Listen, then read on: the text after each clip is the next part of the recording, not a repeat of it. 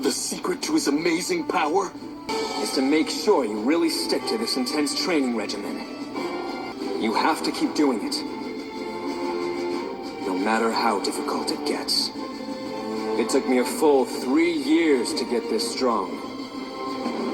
100 push-ups, 100 sit-ups, and 100 squats. Then a 10-kilometer run. Do it every single day! But never ever use the air conditioner in the summer or heat in the winter so you can strengthen the mind. In the beginning, you'll wish you were dead. You might start thinking, what's the harm of taking a day off? But for me, in order to be a strong hero, even if I was spitting blood, I never stopped. I toughed it out and endured the pain. I did squats, even when my legs felt like they couldn't move. Even when my arms started making weird clicking noises, I kept doing push-ups. A year and a half later, I started to notice a difference. I was bald, and I had become stronger. Human beings are strong, because we can change ourselves. Okay, so I want to talk about very particular things in that clip. So, he says you have to keep doing it, turning off air conditioning to strengthen the mind. Like, it seems to me, after looking at Ascended Masters and seeing what Saitama has done in this show, that I'm coming up to a conclusion that maybe testing the body is a way to upgrade, almost. Like, as if abilities and the supernatural can come in if your body is literally pushed to its limit. And he essentially broke beyond his limit by his willpower, essentially. Like, literally, his willpower. So, essentially, in conclusion, I think that his training would work if someone were to actually push themselves. Honestly, if someone has actually done this, then they're not believing enough. Because I think this world would change really quick if people started believing in themselves and believing in, knowing how the world works, essentially, with, the mind and consciousness, in a sense. This is, like, really deep, but it's kind of hard for a lot of people to, like, kind of grasp their head around that really our conscious experience is based around our beliefs. So it's like if you're doing this work, your brain is already increasing and upgrading if you're pushing it to its limit. In a sense, you're telling your body to upgrade, that there's no other choice because I'm going to keep working out. Is essentially like that the muscles itself and bones and everything like that would have to be forced to adapt to these new conditions that you're giving it, and essentially just kind of shocks the system. I'm going like really deep into how it works, but there's never been like a very analytical person. I haven't really seen anyone like how I discuss things, but it's another part I want to get to is how exactly does this tie into correlation to what I was saying with people in the past? Well, the Ascended Masters is who I'm talking about. In particular, Jesus. He left for a long time and then came back. In that time that he left and came back, He was fasting. He was testing his body, and he was meditating. In those times, you are pushing your body and you are expanding your mind in the process.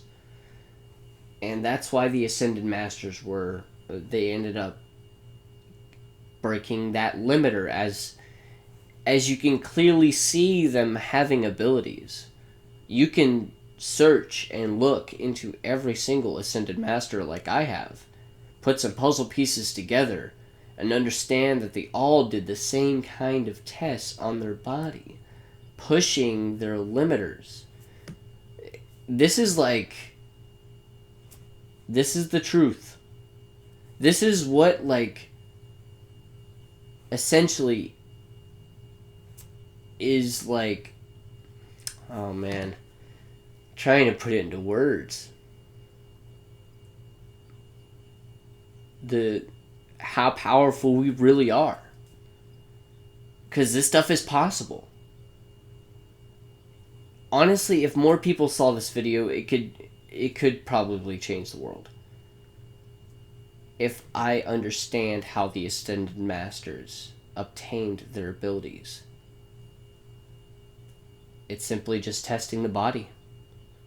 Pushing the body to its limits in different ways.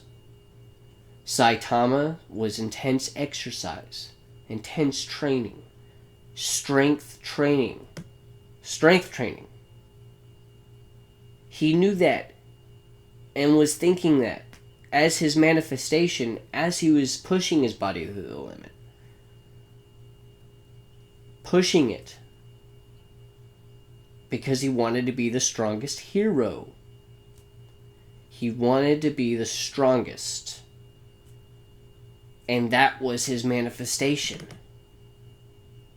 With the Ascended Masters, they dry fasted for 3 days.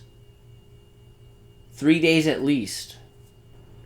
But just know that it's possible. Believe in yourself.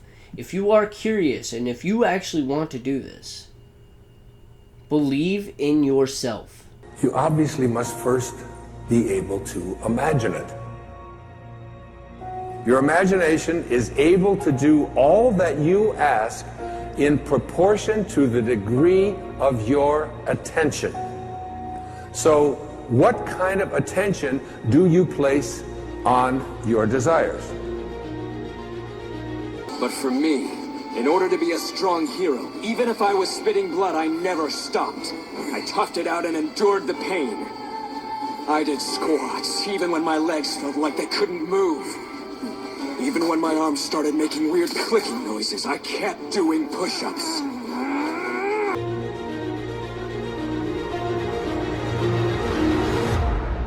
Einstein's most famous quote, one of his most famous observations, he said, imagination is more important than knowledge. Knowledge is limited. Imagination encircles the world. Logic will get you from A to B, but imagination will take you everywhere. Make your future dream a present fact by assuming the feeling of the wish fulfilled. That which you feel yourself to be, you are. And you are given that which you are. So assume the feeling that would be yours were you already in possession of your wish. And your wish must be realized. So live in the feeling of being the one you want to be, and that you shall be. If this assumption about what you would like to become is persisted in until it becomes your dominant feeling, the attainment of your ideal is absolutely inevitable. You must first assume the feeling of a wish fulfilled in all aspects of your life. Don't allow anybody else's opinions. Don't allow what it says on the internet. Don't allow the research. Don't allow what anybody out there tells you is possible or not possible for you. if you advance confidently in the direction of your own dreams and endeavor to live the life which you have imagined, you will meet with a success unexpected in common hours. It will chase after you if you can place into your imagination what it is that you would like to attract and begin to feel it. Start retraining your subconscious mind. And your subconscious mind, it responds to what it is that you suggest to it. Your subconscious mind rules your life. 96 to 97% of everything that you do is done as a result of your subconscious mind. And when your subconscious mind gets programmed, it goes ahead and responds to whatever it is your conscious mind has placed into it.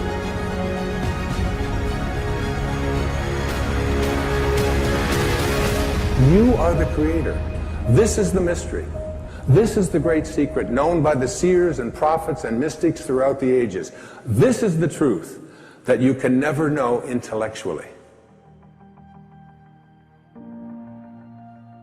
Many of you, as I have been, as I am, are where you are in your life based upon what you believe. And it's not just what you think you believe on the surface, it's also your shadow beliefs that are holding you back from moving into the life that you believe you deserve.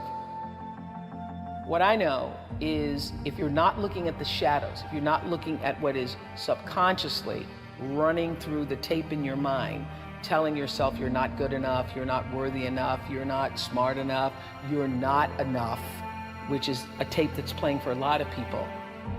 If you're not conscious of that, then you end up acting out of that belief system and not out of what you know to be the truest or want to be the truest for yourself. You are where you are today, in part because of what you've been saying about yourself. Words are like seeds. When you speak something out, you give life to what you're saying. If you continue to say it, eventually that can become a reality. You are planting seeds when you talk.